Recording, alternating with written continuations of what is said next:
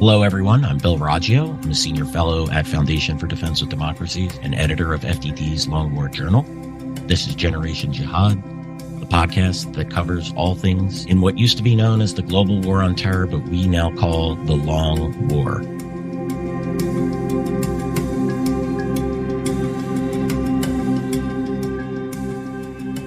Today, we're going to talk about the Shia militias, part of the Islamic resistance.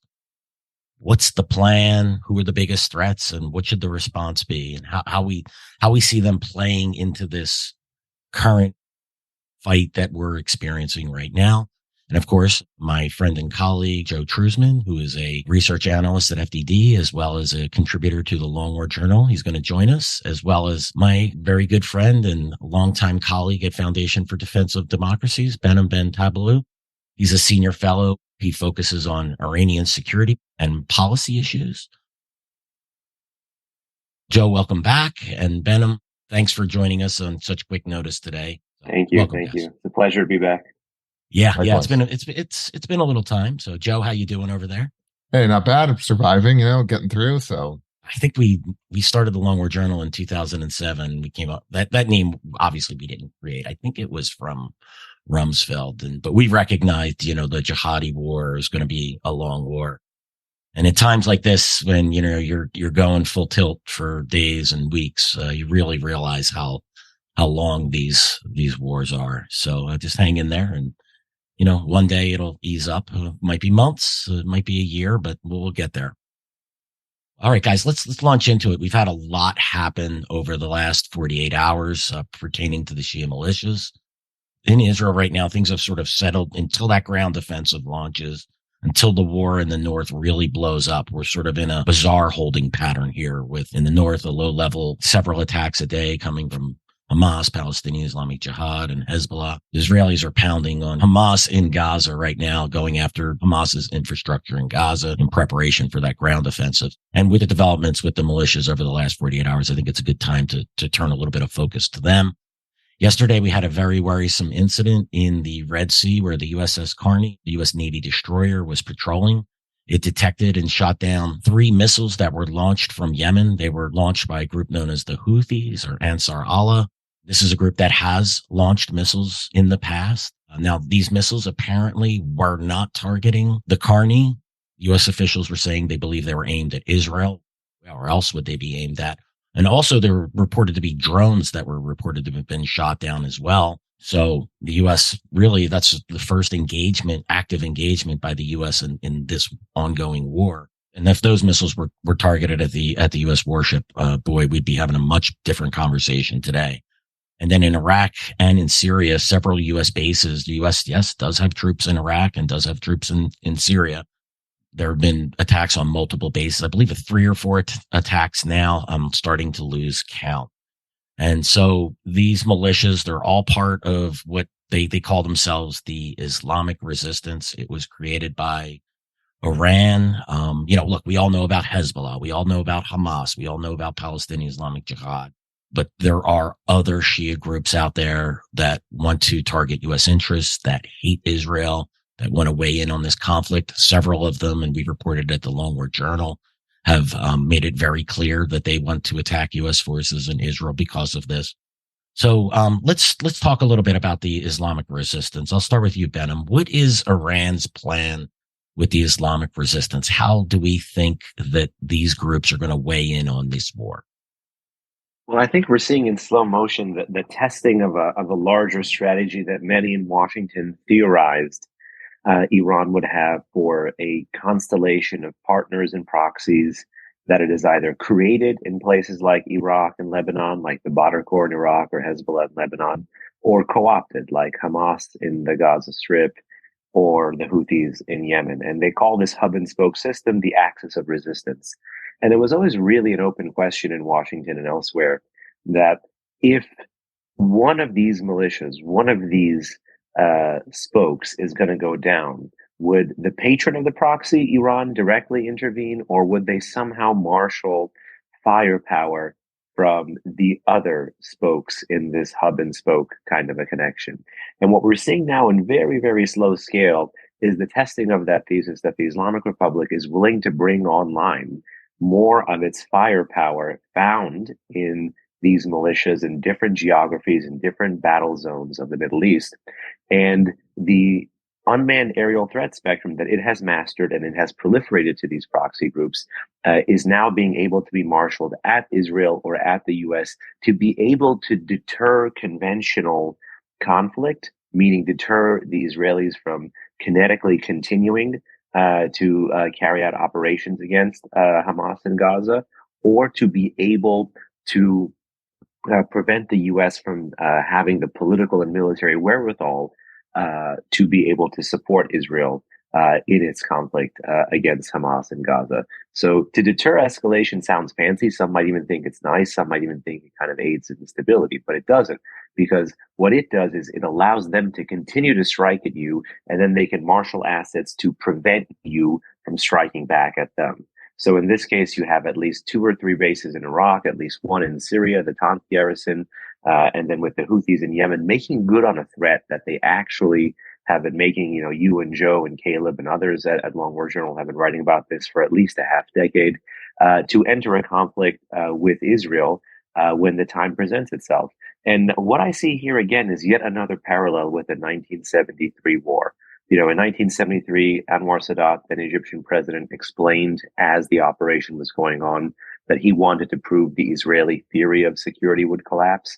I see that in real time with Iran's axis of resistance. They're trying to prove this Israeli mowing of the grass, war between the wars, is collapsing, that they cannot erode permanently Iranian proxy firepower. But ultimately, in the lead up to that conflict, we saw the Egyptians fake out the Israelis so many times. They had so many drills on the Sinai, then when the amassment actually became, people thought it was another drill. And I'm saying that here because with the Houthis trying to launch 3 land attack cruise missiles, they are the only Iranian proxy in possession of land attack cruise missiles, and they are the only Iranian proxy in possession of medium range ballistic missiles. These are both game changing kind of equipment.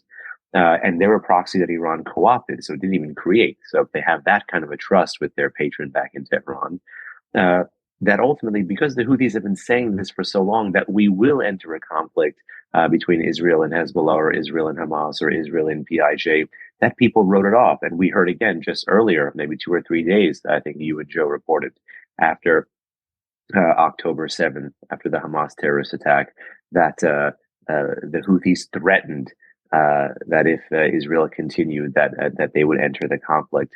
And lo and behold, I agree with you. I don't think those missiles were aimed for the Carney or aimed for U.S. installations. I think they were aimed for Israel's southern, port city, Eilat, which is reachable by some Houthi long-range strike platforms, which are brought to you by Tehran. Yeah, I mean, look, firing, long-range ground attack cruise missiles, not to get too technical, or I won't, at a ship in the sea. That's unless some serious modifications were made on those missiles. It's, I really don't think they were launched at the Carney. But that being said, the U.S. has been forced to weigh in militarily on this war. Look, when you're on that ship and you see missiles in the air and they're heading in your direction, you're certainly, there's not a lot of time to make a decision. They have to react, and they did. You had mentioned, plausible deniability, Behnam. One of the things is like, we've seen these groups, the establishment of these groups, or the co-opting of these groups, as has been done with the Houthis, right? And it's not plausible anymore. Anyone who wants to make that disconnect between the groups at this point in time, I really think you have to be doing that willfully. You have to be closing your eyes to it. And it's just something that's undeniable at this point. And the other point you had made too, about they've been making threats for years, and they have. And, a lot of people have tuned them out, over time. And I don't, because if you watch what these groups do over time, be it the Iranian-backed militias, or, on the Sunni side, the jihadists, they ultimately make good on those threats one way or another. It's just that these groups they've been holding their fire. They've been keeping their powder dry for the right moment. And I think this is the right moment. Joe, Do you think this is the moment where we're going to see these Iranian-backed militias start weighing in on this fight? I mean, we Oh just saw yeah, it yesterday with the Houthis, so it's not a stretch, right. Yeah, obviously. yeah. Of course. I mean, we've already, yeah, we've seen it not only from Yemen, but maybe from Syria. There were some projectiles that were launched earlier, closer to when the war began. However, yeah, this is something we've tracked for a long time. This is what Iran is. This is why these proxies or these groups that it backs. That's why they were created, right? That's why Iran backs these groups. It's to start a conflict on a multi-front conflict on Israel's borders.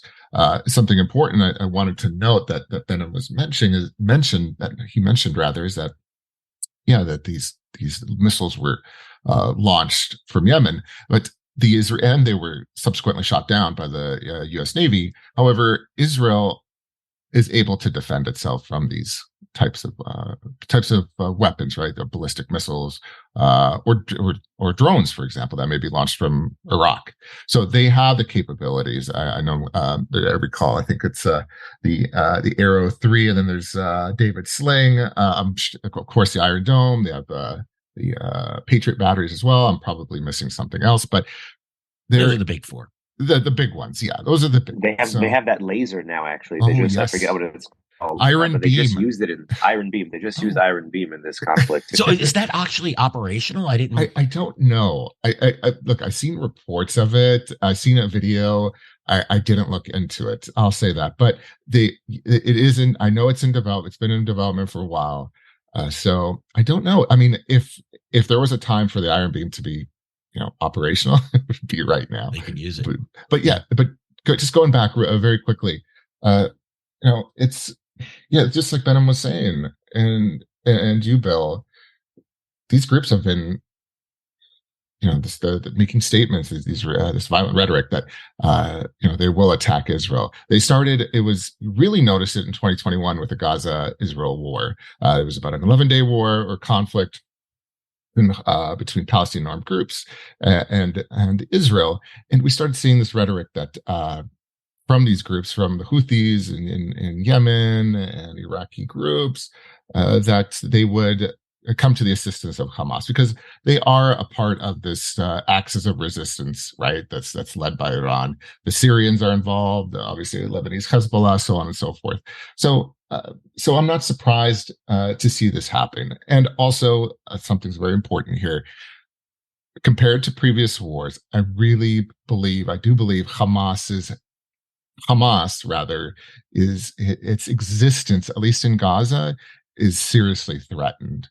And just like Benham mentioned, other groups Iran may choose to activate these proxies or groups that it backs to assist Hamas if Iran feels that Hamas is on the ropes, right? And that may very well happen. Also, these attacks against American bases and troops, it's also signaling to the United States, hey, we're able to do this. We're able to attack you. Don't get yourself involved in the Gaza war. So that's what's happening right now. But I do expect more increased attacks from these other fronts. Yeah. So, one of the things that worries me about these groups is these are battle hardened groups. Like they shouldn't be viewed as groups that were just formed and have just been, kept on the shelf. In Iraq, again, Hezbollah has been around for decades, right? Well, in Iraq, these militias have now been around for 2 decades, and the Iranians, the IRGC, Quds Force, have created these militias. Well, some of them existed, like Badr Corps, right? That was, they fought alongside Iran during the Iran-Iraq War in late 1980s, right? But some of these newer militias that have been formed, and they're not new anymore. They're 20 years old. 2003, the Iraqis began building these militias. The Quds Force went in, got key Hezbollah operatives. They created these militias to basically be analogs of Hezbollah. And they've been fighting for 2 decades now. They are responsible for killing over 600 American troops in IED attacks, the deadly EFP attacks, in ambushes. Once the U.S. withdrew, but the U.S. still kept a presence there. There were some continuing low-scale attacks, but then they moved on and fought the Islamic State as it rampaged in Iraq, in northern and central Iraq, and drove to almost to the gates of Baghdad. These militias, they weighed in, and then new militias were formed, some of them offshoots of the old militias. Then they began fighting in Syria, and then you had the co-opting of the Houthis by Iran. And the Houthis, again, very battle-hardened group. They control a large swath. Really, they look like the government in Yemen. They control northern and central Yemen, including the capital. They've been fighting for decades now as well. And then there's even the Pakistani and Afghan and Bahraini groups. Bahraini groups might be the only ones that have been on the shelf, although it's possible that they've been filtering individually to fight in other theaters. I know that Pakistani and Afghan groups have been fighting in Syria as well. So look, I certainly have my list of who the most dangerous ones are, but, Behnam, I'll start with you. If you could pick one or two of these militias, who worries you the most about, who do you think is, most capable of posing a direct threat in this conflict? Unfortunately, it's going to be more than just one. Yeah, well, that's the problem with this, right, Behnam? Right. Exactly. If we're going to go for the heartland, for the Iraq-Syria border, obviously, folks, because of the history of statements, may want to say Kataib Hezbollah or Saybat al-Haq. For the U.S. perspective, I'm a little concerned about this other group, Kataib Sayyid Shuhada. They operate on both sides of the border. It's a very funny situation we actually have with KSS. There's been multiple moves in the Congress to designate them. They're not actually even on the US SDN list. They are occasionally put on this smaller 2-year non-proliferation sanctions list called INCSNA. It's run by the State Department. It's not even run by the Treasury Department. It's a 2-year penalty only, and it's just about arms trafficking, because the militia group was trafficking, missiles and rockets across Syria and Iraq. And I think the reason I'm worried about it is historically they operate on both sides, just like the other entities. But it's the one entity that we, the U.S., have used force against, but have been afraid to build the legal case against. So just like Kataib Hezbollah, Saybat al-Haq, even Harakat Hezbollah Nujaba have become household names. For some reason, KSS has not become a household name. And if we're going to pick a militia that operates on both sides of the border, that has both rocket and drone capabilities, that has struck U.S. forces on both sides of the border, and in this most recent game of cat and mouse between 2021 to present, where there's been some 70 or 80 attacks, indirect fire attacks on U.S. positions in Iraq and Syria, KSS has been involved. And more recently has benefited from the fact that we focus our firepower on Syria rather than Iraq. I would like to highlight KSS. I know it's certainly not going to be a game-changing one if they enter the conflict vis-a-vis the Israelis. In terms of the hardware, game-changing would certainly be Lebanese Hezbollah and the Houthis. Again, Lebanese Hezbollah because the PGM capability, the Houthis because, again, they're the only forces with MRBMs and LACMs. But if we're going to focus on the heartland and the potential to distract us and make the conflict spiral in a politically different way, I would say KSS in the Iraq-Syria heartland. How about you, Joe? Right. Yeah. I think that was just a perfect explanation. I would like to add that another facet to this is that, and Caleb Weiss and I wrote about this actually extensively late 2020 and through 2021 on Long War Journal about front groups.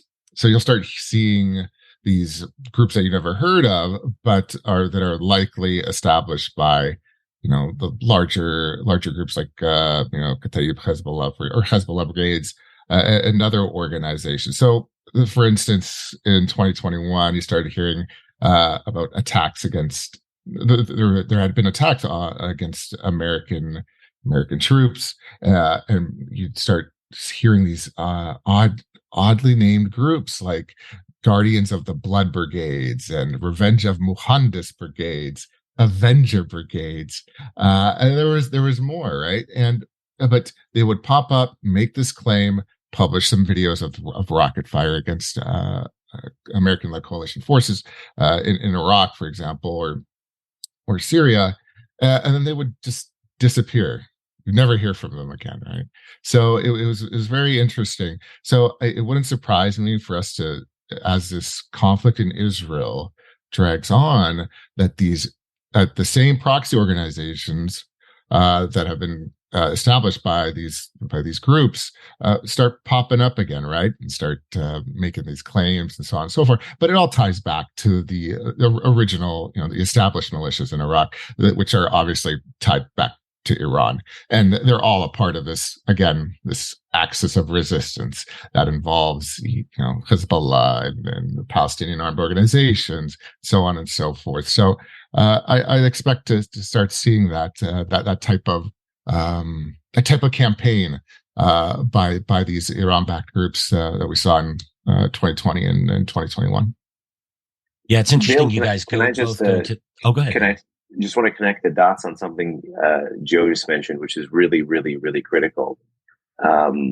You, Bill, you were in Iraq, you saw this stuff. I just want to stress for the audience that this names business that Joe is getting at is really the heart of the matter, and how much Iran's proxy game has evolved, that their proxies have proxies, right?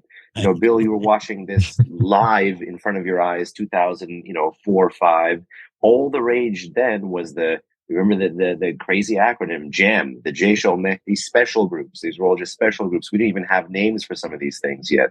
We didn't have ways the U.S. government was logging it, let alone ways that the Iranians or their Iraqi friends were trying to spin it. And then from the special groups came some of the most popularly known names that you guys were just discussing.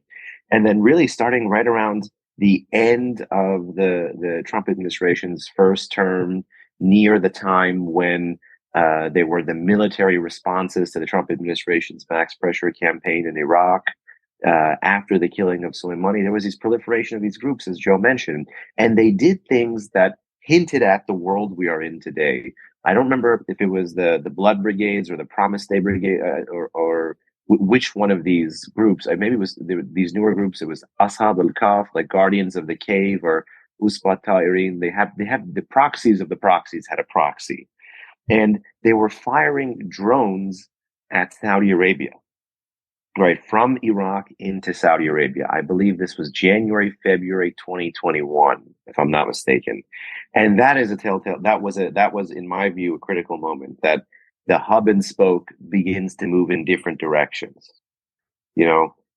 Unlike 2019, where Iran had to fire those land attack cruise missiles and drones themselves at the oil installations and then had to blame it on the Houthis because then they were the only ones with that reach. Now the militias in Iraq came online, now being 2021. And then fast forward to where we are today, it absolutely makes sense that the strategy is passed on. It's like this football that we've been seeing, successfully passed on from 2005, and no one has been able to stop the play. So I had to mute my mic because I was laughing so long at their proxies have proxies, Behnam. So thanks for making my day on that one. It's just the perfect description. and it has another effect. I think it gets a lot of Western analysts. They start tuning these groups out, right? It's like, oh, that's who are they? That's nothing. And it really is a brilliant strategy by the Iranians and by these groups. It's not plausible deniability. It's layers of plausible deniability. And I found it really interesting that you guys focused in on some of the unknowns here, right? The ones that we know about, but most people don't. I am going to go back to the bigs here, the Asiba Hawks and the Hezbollah brigades. I do agree about KSS and groups like Sayyid al-Shahada, groups like that. But if you look at the leadership of these groups, these were the core guys back in the day. We had the leader of Asiba al-Haq, right? We had Qais Ghazali in custody for 4 years. He admitted to how Iran and Hezbollah helped establish these groups. And so, but Akram Al-Kabi, he's head of one of these groups. He was a Mahdi army lieutenant back in the day. I remember writing about these guys in 2005, 6, 7. That's how long these guys have been in the game. And what worries me about groups like the Asib al-Haq and Hezbollah brigades, their longevity, their experience, their rank and file, their mid-level leadership, they're all battle hardened. These are groups.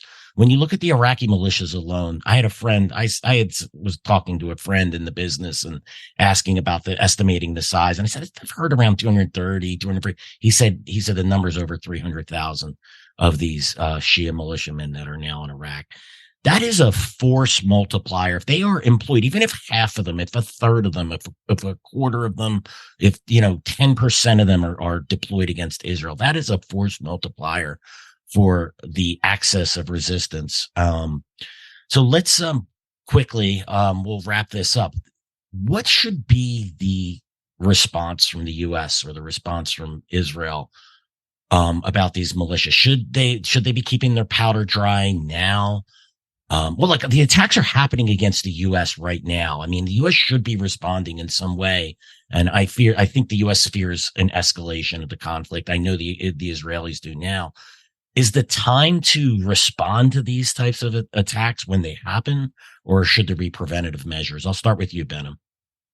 I certainly think there should be preventative measures, but I'm reminded as we enter the spooky season, Halloween, of this line from the unabridged version of Dracula, where Dracula is saying, there is a reason for why things are that they are. There's a reason for how we got here, Bill. And you and Joe know it and lived it. And the reason is that there weren't preventative measures. And if there were, they weren't sufficient to have prevented the arrival of this situation where we joke the proxy has a proxy, or Iran tested a strategy, then passed it along from group to group to group like a football. But so I certainly think that warrants a response. Again, you guys are fans of this phrase. I love saying it as well. I've learned from the best. No more disconnecting the dots. You're absolutely right on this one. At some point, holding the patron accountable. Until we get to that point, I do think there needs to be kinetically deterrence established against these groups, particularly the groups in the heartland in Iraq and Syria. What I mean by that is, if you look at the response ratio of the Biden administration, it's actually been quantitatively greater. So they're responding more than just to when the U.S. loses life, but geographically more quarantined. They're doing it much more so in Syria than Iraq, because Syria is a free fire zone and Iraq has domestic politics that we are afraid to impact. In fact, I do think we need to respond against the point of origin against these attacks. So my policy rec number one, respond against the point of origin against these attacks. Two, if we have any kind of intel on the leadership of these organizations, signaling strikes, or if not even targeting strikes against the leadership of the militia organizations, is going to be absolutely crucial to sending that deterrent message. We are fast approaching you mentioned the Iran-Iraq war, the need for a praying mantis-like moment, for a kind of awe-inspiring moment of deterrence, to make sure that as the Israelis decide how they're going to take the lowest of the low-hanging fruit of the Iranian proxy network offline, that being Hamas in Gaza, that the U.S. can stay out of the conflict. And the way that the U.S. can stay out of the conflict is to have shown or sufficiently deterred the Iranians or their proxies in some space. So I think in the heartland, that means A, responding against the point of origin, B, responding against known weapons depots, and C, critically responding either through signaling strikes or through targeting strikes at the leadership of some of these key organizations, knowing full well that you need to send this deterrent message. And the more we wait, the more I think time will be a tool on Iran and its proxy network side. Broadening the picture, I think the shows of force in the region are necessary but not sufficient.